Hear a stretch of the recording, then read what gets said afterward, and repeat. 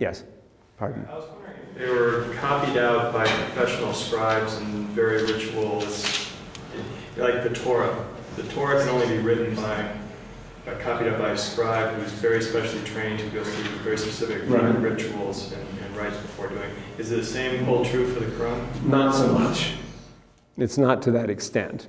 But the person has to have washed up and be in a state of purity, of course, to be writing it. But it's not as complicated.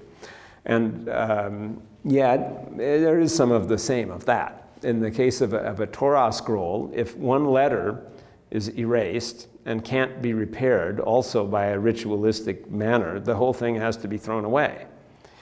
And to some extent, you might find that would be true of the Qur'an too. That is, the Qur'an shouldn't contain any mistake in the writing, and the writing of it follows a quite specific, particular pattern, and so a scribal tradition has grown up. But you also have to recognize that the fancy details of ceremonial of scribal traditions inevitably will be later after the revelation. They won't be there at the beginning.